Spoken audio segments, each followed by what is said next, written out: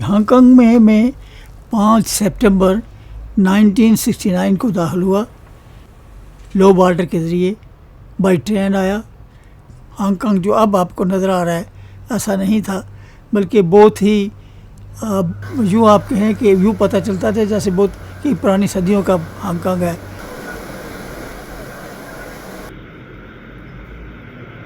میرا نام گلزار حسین ساگر کاشمیری ہے اور میں کوٹلی آزاد کشمیر سے تعلق رکھتا ہوں. میں کوٹلی میں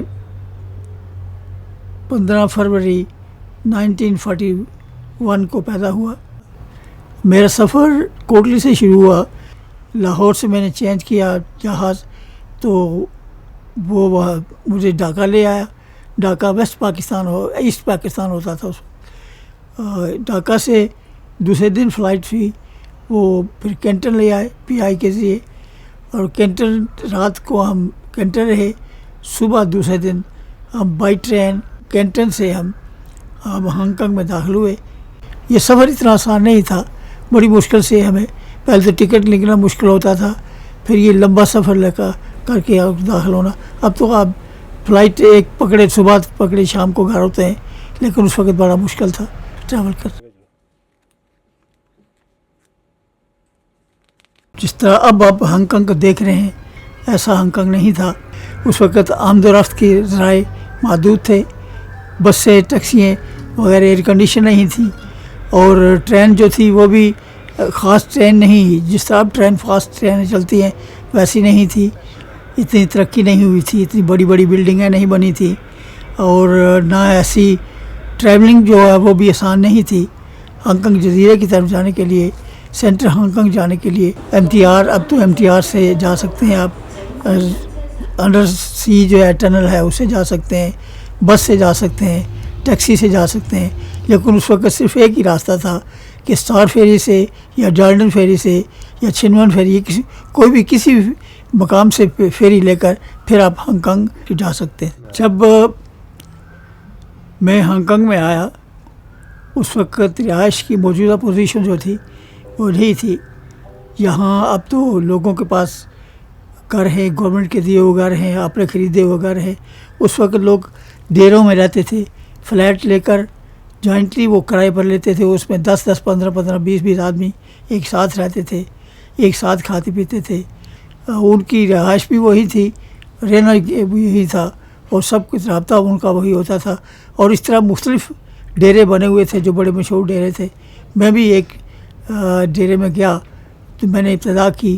لکی ہاؤس ایک جگہ ہے جس میں ایک فلیٹ تھا، جیلم والوں کے ڈیرا تھا. اس میں جا کر میں نے بھی پلا لی، اور تقریباً ہفتہ 10 دن وہاں رہا، اور اس کے بعد میں نے جاب تلاش کی، جاب پر گیا.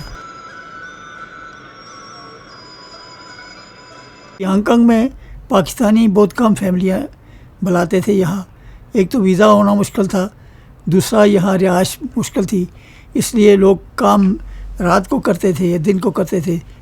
بیوی بچوں کو سپانسر کرنا آسان تو تھا، لیکن خرچ برداشت کرنا مشکل تھا، اور پھر رہائش کی وجہ سے اور پرابلم تھی. تو 76 کے بعد لوگوں کی تعداد بڑھنی شروع ہوئی. لوگوں نے اپنی بیوی بچوں کو بلانا شروع کیا، اور اس طرح کافی تعداد میں لوگ آئے. اور پھر لوگوں نے ہاؤسنگ کے لیے اپلائی کرنا شروع کیا. ہاؤسنگ کے مکان ملنے شروع ہو گئے ان کو، اور اس وجہ سے ان کی اور ترقی ہو گئی.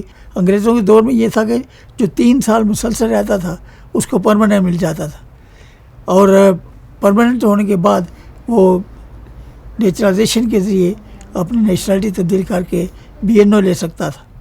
اور اس لیے لوگ اس طرف زیادہ راغب ہوئے کہ چلو BNO لے کر ہم کسی اور کنٹری میں چل جائیں گے. لہٰذا آنے کی تعداد زیادہ، فیملیاں بے شمار آئیں، بچے لوگوں کے بے شمار آئے. اور ہم نے بھی خدمت یہ کی کہ ہم نے ایک سکول کھولا جس کا نام پاکستان اسلامیہ اسکول تھا. فری بچوں کو، جتنے بچے نئے آتے تھے ان کو ہم اس سکول میں رکھتے تھے، ان کو پڑھاتے تھے، اور جب وہ بچے تیار ہو جاتے تھے پھر لوکل سکولوں میں داخل کرتے تھے. زیادہ تر وہاں ایک سکول تھا صرف، سر سکندری اسکول، جس میں پاکستانی بچے جا کر پڑھتے تھے. اور ڈیلیا یا باقی اسکول اس وقت بچوں کو ایکسیپٹ نہیں کرتے تھے، چونکہ نہ بچے انگریزی بول سکتے تھے نہ چائنی بول سکتے تھے. مجھے پہلی جاب جو ملی وہ ایک فیکٹری میں تھی، جو عام جنرل ورکر کی حیثیت سے میں نے اس کو جوائن کیا. اگرچہ میں سوٹ پہن کر وہاں گیا، لیکن میرا سوٹ دیکھ کر تو انہوں نے یہ نہیں کیا کہ مجھے وہ جاب دیں، چونکہ میں پڑھا لکھا تھا پاکستان میں.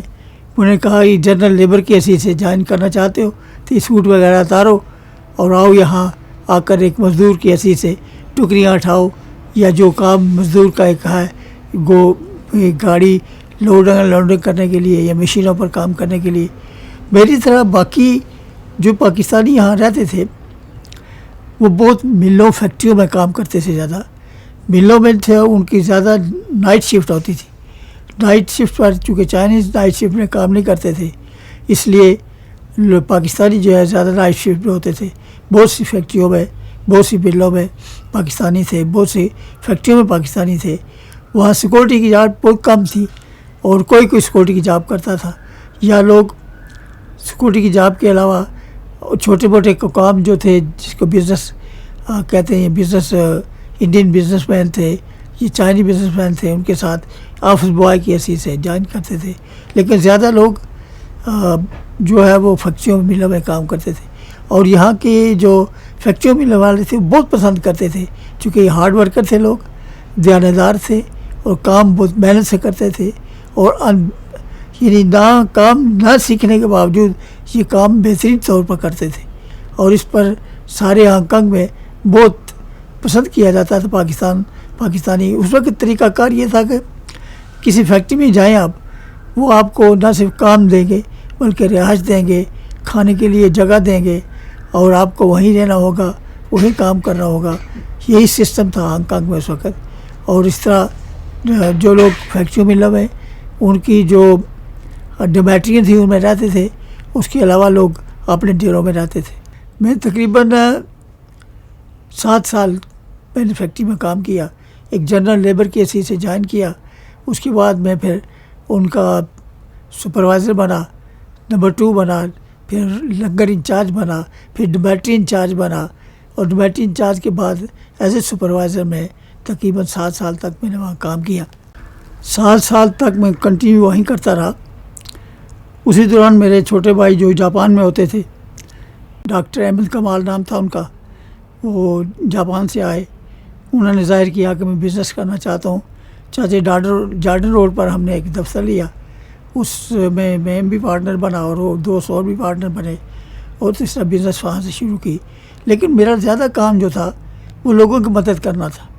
میں لوگوں کے لیے کام کرتا تھا، دفتر میں جاتا تھا، لیکن اپنی ان سے کوئی فیس نہیں لیتا تھا. کسی پاسپورٹ بنوانا، ویزے لگوانا، ڈاکٹر کو لے جانا، یا جہاں کہیں کس کو مشکل ہوتی تھی، کسی بھی یہ ضروری نہیں تھا کہ کوئی آزاد کشمیر سے ہو، بلکہ پاکستان سے، انڈیا سے، نیپال سے، جہاں سے بھی کوئی آتا تھا میرے پاس، میں اس کی مسلسل خدمت کرتا رہا. اور اس طرح امیگریشن کے سلسلہ میں میری ایک لمبی چوڑی خدمت ہے اور فری تھی. اور میں یہ کام تقریباً 1984 تک کرتا رہا فری. اس کے بعد میں لوگوں سب کے دوستوں کے کہنے سے یہ آفس جو امیگریشن کا کنسلٹنٹ کا یہ آفس میں نے قائم کیا، اور یہاں بھی معمولی لاگت پر، یعنی معمولی فیس پر لوگوں کے کام کرتا تھا. چونکہ لوگوں کا خیال یہ تھا کہ اگر میں کام کروں گا تو میں بچوں کو کہاں سے کھلاؤں گا، تو وہ تھوڑی سی دفتر میں فیس لے کر میں کام تو وہی کرتا تھا، لیکن تھوڑی سی فیس لیتا تھا جس سے میرے گھر کا کام چلتا تھا. ہانگ کانگ آنے سے پہلے میں پاکستان میں جاب کرتا تھا. سب سے پہلی جاب میری جو تھی وہ تھی آفیسر آن اسپیشل ڈیوٹی. وہ نکیال کی طرف تھا. نکیال کا نیا علاقہ جو تھا اس میں کوآپریشن تھی، سول اور ملٹری کوآپریشن کے ساتھ میں ان کے ساتھ اٹیچ کام کرتا تھا. وہاں سے بعد میں نے الیکشن کے سلسلے میں مدد کی، پھر مردم شماری کے سلسلے میں نے مدد کی. پھر اس کے بعد میں نے ایز اے ٹیچر جوائن کیا ایجوکیشن ڈپارٹمنٹ کو، اور میں تقریباً 6 سال وہاں ایز اے ٹیچر رہا، اور وہاں سے پھر میں نے ہانگ کانگ آیا.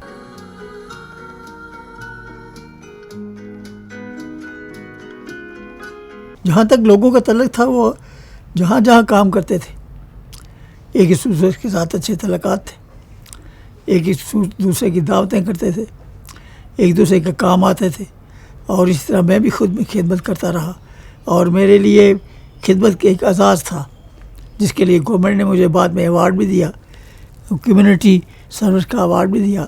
2009 میں گورنمنٹ ہانگ کانگ نے، اس وقت ڈونلڈ چنگ چیف ایگزیکٹو تھے، انہوں نے میری سروس کو ریکگنائز کیا اور مجھے چیف ایگزیکٹو ایوارڈ دیا، اور میں پہلا پاکستانی تھا جس کو انہوں نے ساری کمیونٹی سروس کے سلسلہ میں ایوارڈ دیا۔ میرے ایوارڈ دینے کے بعد پھر باقی لوگوں کو بھی ریکگنائز کرنا شروع کیا انہوں نے، اور اس کے بعد اور لوگوں کو بھی انہوں نے ایوارڈ دیے، لیکن میں پہلا آدمی تھا جس کی سروس کو انہوں نے ریکگنائز کیا۔ میں عرض کر رہا تھا کہ میری ساری زندگی جو ہے وہ اسٹرگل میں گزری، پاکستان میں بھی اور ہانگ کانگ میں آ کر بھی میں نے محسوس کیا کہ لوگوں کو یہاں جو لوگ آگے بڑھنا چاہتے ہیں انہیں محنت کرنی چاہیے، خاص طور پہ ینگ لوگوں کو یہ نہیں سمجھنا چاہیے کہ ہم راتوں رات کچھ سے کچھ بن جائیں گے، بلکہ ان کے لیے اسٹرگل کرنی ہے، ان کے لیے خلوص نیت سے اللہ پر بھروسہ کر کے انہیں اپنی دنیا آپ پیدا کر اگر زندوں میں ہے تو وہ اپنی دنیا خود بنانے کے لیے لوگوں کی خدمت کرنی چاہیے، عوام کی خدمت کرنی چاہیے، والدین کی خدمت کرنی چاہیے، اپنے بیوی بچوں کی خدمت کرنی چاہیے، اپنے ملک کی خدمت کرنی چاہیے، لیکن اس سب کے لیے ایک اسٹرگل ضروری ہے، ایک محنت ضروری ہے۔ وہ محنت کریں گے آپ تو پھر کامیاب ہوں گے۔ میں 69 میں جب آیا تو میں نے سوچا بھی نہیں تھا کل گورنمنٹ ہانگ کانگ جو ہے مجھے ریکگنائز کریں گی، اور 69 سے لے کر 2009 میں مجھے ایوارڈ دیا گیا۔ کتنی بڑی اسٹرگل تھی آپ کے سامنے ہے۔ جو میں سمجھتا تھا، جو ہی کسی کا میں کام کرتا تھا اور کام جب مکمل ہو جاتا تھا مجھے بہت خوشی ہوتی تھی، بہت خوشی، میں سمجھتا تھا کہ ہاں آج میرا کام مکمل ہو گیا۔ خدمت کرنی چاہیے، خدمت کے بغیر کچھ حاصل نہیں کر سکیں گے۔ جب محنت نہیں کریں گے آپ تو خدمت کیسے کریں گے؟ محنت سے سب کچھ حاصل ہو سکتا ہے۔ محنت کریں، اور محنت بے لوث محنت کریں گے تو آپ کو یہ سب چیزیں حاصل ہوں گی۔ آج جہاں میں ہوں ایک اچھی زندگی بسر کر رہا ہوں، میری محنت اللہ نے کامیاب کی اور اللہ نے اس کو قبول فرمایا، اور محنت کرنی چاہیے۔ یہ فیکٹری میں کام کرنا، یہ باقی ساری کا جو لوگوں کی خدمت کرنا، یہ سب محنت درکار تھی۔ اگر میں گھر بیٹھا رہتا یا خالی بات سے بات کرتا تو وہ اور بات تھی، لیکن نہیں، میں نے محنت کی، توجہ دی اس طرف، اور آج اللہ تعالیٰ کا فضل ہے، بے شمار ہانگ کانگ میں کافی لوگ ہیں جو میرے اس محنت کی گواہی دے سکتے ہیں، جو میری اس مدد کی گواہی دے سکتے ہیں، اور اللہ تعالیٰ سب کو خوش رکھے کہ راگ یاد رکھتے ہیں اور میرے لیے دعا کرتے ہیں۔ میں شاعر ہوں، اور میں نے اپنی شاعری کی 4 کتابیں نشر کی ہیں، یہاں میرے پاس دفتر میں بھی ہیں، کافی لوگ لے کر گئے ہیں۔ اس میں میری ایک نظم ہے، محنت سے جی چرانا عادت نہیں ہے میری، بچپن سے مجھ کو ماں نے محنت کی راہ دکھائی۔ اور حقیقت یہ ہے کہ مجھے یہ محنت کرنا ماں نے سکھایا تھا کہ کس طرح محنت کرنی چاہیے، اور وہی میں نصیحت آپ لوگوں کو بھی کرتا ہوں کہ اگر آپ ینگ لوگ جتنے ہیں، اور جو ینگ لوگ جو بھی ہیں، اگر محنت کریں گے تو اللہ کامیاب کرے گا، اور اللہ تعالیٰ اسی کو کامیاب کرتا ہے جو اس پر عمل کرتا ہے، ان کی اللہ کے احکام پر عمل کرتا ہے، اللہ کو یاد کرتا ہے۔